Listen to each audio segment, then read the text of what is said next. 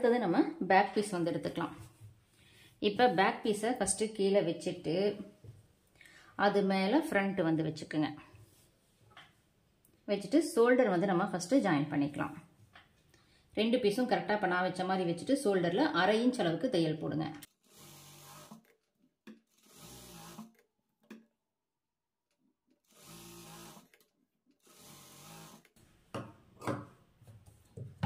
இப்போ shoulder join பண்ணதுக்கப்புறம் இந்த எக்ஸ்ட்ரா நூல்லாம் இருக்கும்ல, அதை அப்பப்போ கையோட வந்து கட் பண்ணி விட்டுருங்க.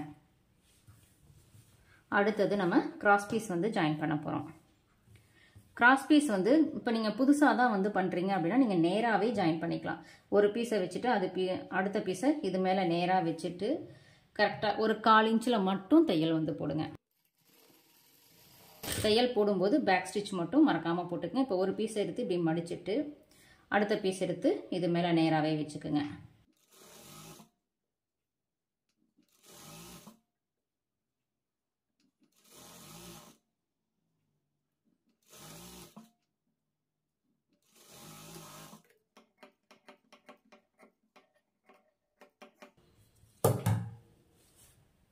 இப்போ நமக்கு இந்த மாதிரி நேராக இருக்கும். இப்போ என்ன பண்ணலாம், நம்ம வந்து இப்போ எனக்கு வந்து பார்த்தீங்கன்னா இந்த சைடு கொக்கிப்பட்டி தான் வந்து வருது. இப்போ கொக்கிப்பட்டியை கீழே வச்சுட்டு மேலே வந்து பார்த்தீங்கன்னா ஒரு 1/2 இன்ச் கொஞ்சம் துணி அதிகமாக இருக்க மாதிரி வச்சுட்டு கரெக்டாக நெக்கில் வந்து 1/4 இன்ச் மட்டும் தையல் போடுங்க.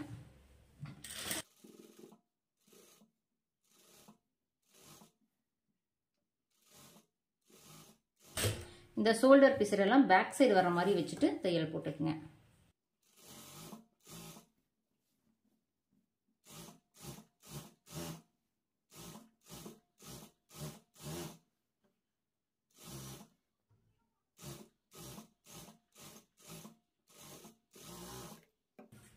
இந்த சைடு முடிக்கும் போதும் ஒரு 1/2 இன்ச் எக்ஸ்ட்ரா விட்டு கட் பண்ணிக்கிங்க.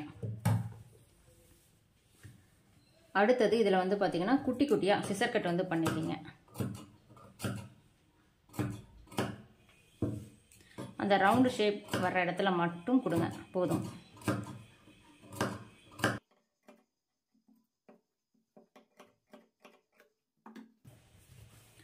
அடுத்தது இந்த பீஸ் இருக்கு பாருங்க, இது அப்படியே இந்த சைடு திருப்பிட்டு இந்த மேலேயே இந்த பீஸ் மேலேயே வந்து ஒரு டாப் ஸ்டிச் வந்து ஃபர்ஸ்ட் போட்டுக்கலாம்.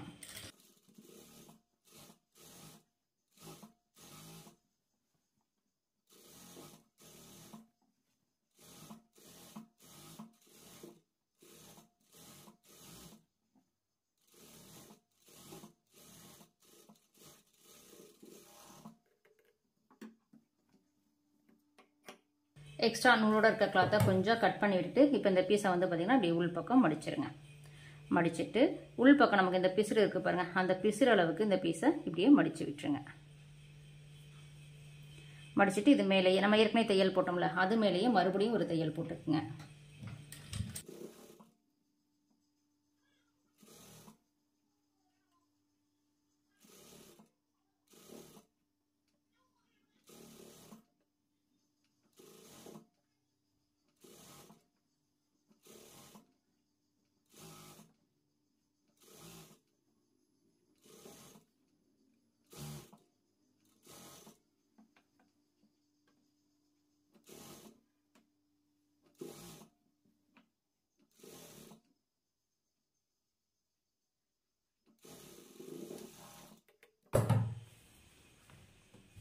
இப்போ உள் பக்கம் இந்த பக்கம் வந்து பார்த்தீங்கன்னா துணி எக்ஸ்ட்ரா இருக்கும், அதை என்ன பண்ணுங்க, இந்த மாதிரி சிசர் வச்சுட்டு மெயின் கிளாத்தில் படாமல் கட் பண்ணி விடுங்க.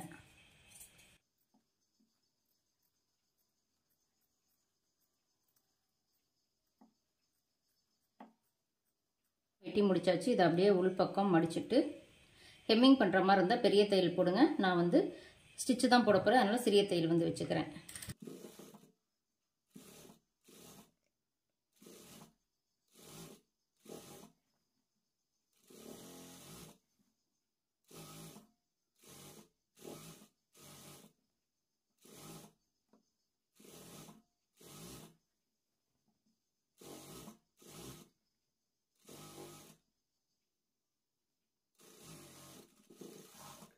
இப்போ வந்து நெக் வந்து பார்த்தீங்கன்னா ரொம்ப நல்லா அழகாக அந்த நெக்குக்கு வந்து கிராஸ் பீஸ் வந்து கொடுத்தாச்சு.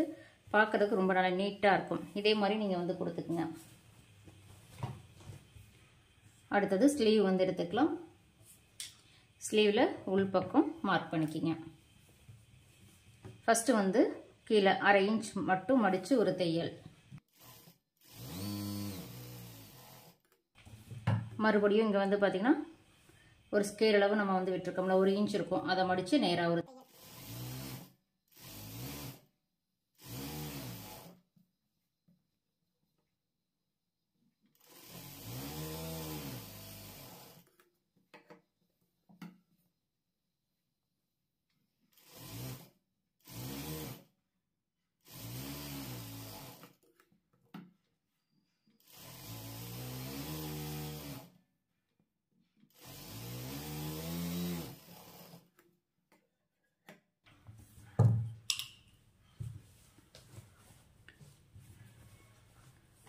அடுத்தது நம்ம ஸ்லீவ் வந்து ஜாயின் பண்ணிக்கலாம். இது வந்து பார்த்திங்கன்னா நமக்கு ஃப்ரண்ட் பக்கம், முன்பக்கம் இருக்குது. இப்போ நீங்கள் இந்த ஸ்லீவ் வந்து எடுக்கும்போது முன்பக்கம் சிசர் கட் இருக்க மாதிரி வந்து எடுத்தால் தான் இந்த ஸ்லீவுக்கு இது வந்து கரெக்டாக மேட்ச் ஆகும். ஷோல்டரில் கரெக்டாக வச்சுருங்க. வச்சுட்டு இங்கேருந்து இதை அப்படியே செக் பண்ணிட்டு வாங்க.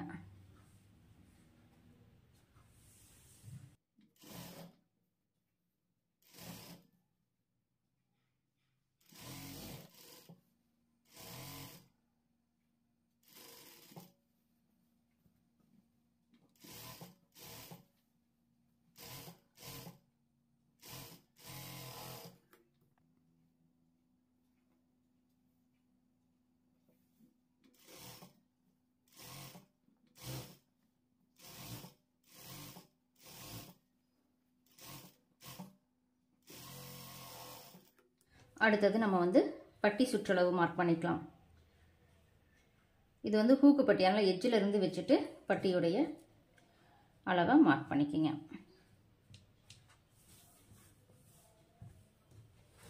வி பட்டிக்கு இந்த மாதிரி வி பட்டியை விட்டுட்டு இதனுடைய அளவை வந்து மார்க் பண்ணிக்கிங்க. அதே மாதிரி பேக் சைட் பீஸ் வந்து எடுத்துக்கங்க.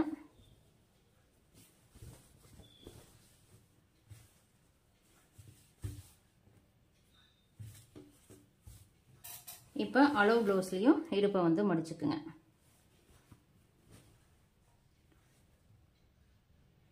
இதை கரெக்டான அளவை வச்சுட்டு இங்கே வந்து மார்க் பண்ணிக்கலாம். நம்ம வந்து 1.5 இன்ச் தையலுக்கு விட்டுருக்கோம். அந்த 1.5 இன்ச் வந்து பார்த்திங்கன்னா கரெக்டாக நமக்கு வந்து மேட்ச் ஆகிட்டு வருது.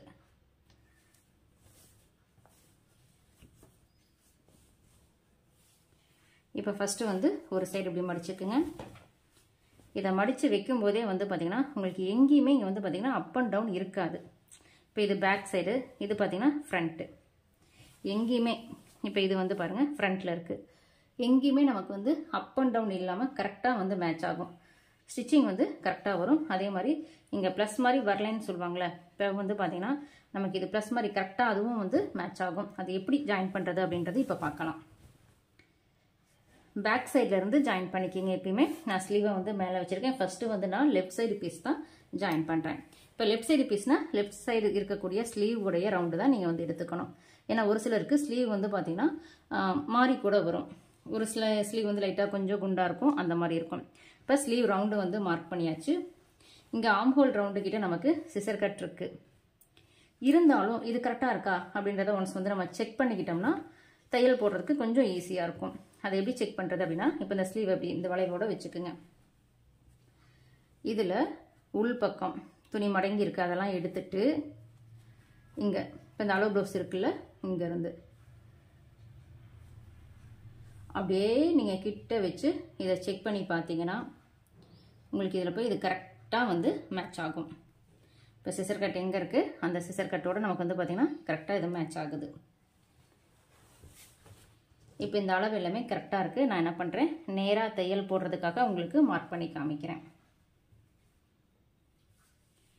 கீழேயும் வரும்போது இது மாதிரி நேர் தையல் வந்து போட்டுக்குங்க.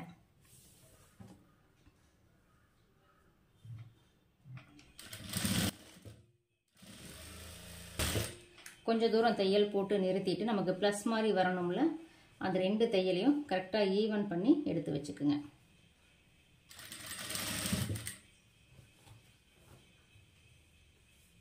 இப்போ கீழே நமக்கு பட்டி அளவும் இந்த அளவும் இருக்குல்ல, அதையும் நேர் பண்ணிக்கிங்க.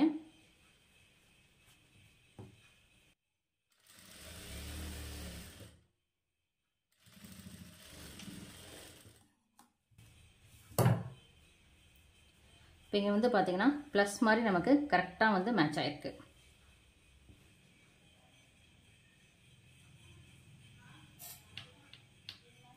நம்ம அந்த சைடே ஆர்ம் ஹோல் ரவுண்டு வந்து செக் பண்ணிட்டோம். சிசர் கட் நேர் கரெக்டாக வருது. அதனால இங்கேயும் நம்ம அதே நேர் அப்படியே தையல் போட்டுக்கலாம்.